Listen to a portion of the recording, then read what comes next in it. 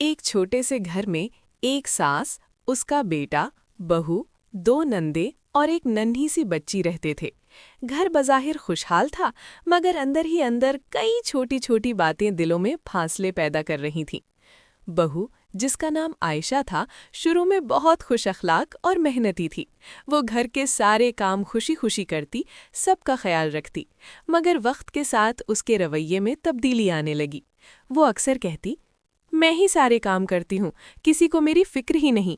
हालांकि नंदे भी मदद करती थीं, मगर आयशा को महसूस होता कि सब बोझ उसी पर है। उसका मूड अक्सर खराब रहने लगा।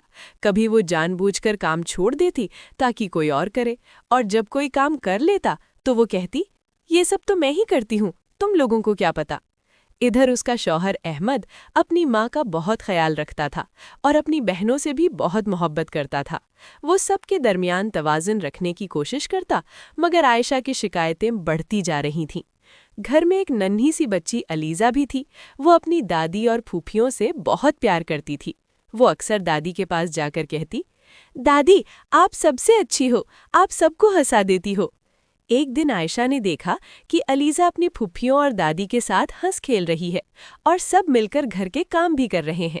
उस दिन किसी ने आयशा से कुछ नहीं कहा, न कोई शिकायत न कोई गिला।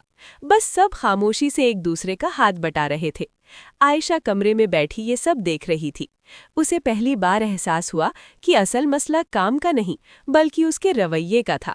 वो खुद को अकेला समझ रही थी, जबकि बाकी सब उसे साथ लेकर चलना चाहते थे। उसी रात वो अपनी सास के पास गई और आहिस्ता से बोली, अम्मी, मुझसे गलती हो गई, मैंने सबको गलत समझा। सास ने मुस्कुराकर कहा, बेटा, घर मोहब्बत से चलता है, मुकाबले से नहीं। अगले दिन से आयशा बदल गई। अब वो न सिर्फ काम करती, बल्कि दूसरों को भी प्यार से शामिल करती। चलो सब मिलकर करते हैं, जल्दी भी हो जाएगा और मज़ा भी आएगा। अब घर का माहौल बदल चुका था।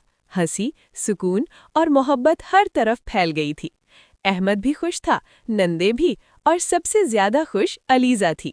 वो खुशी से कहती, अब हमारा घर सबसे प्यारा है।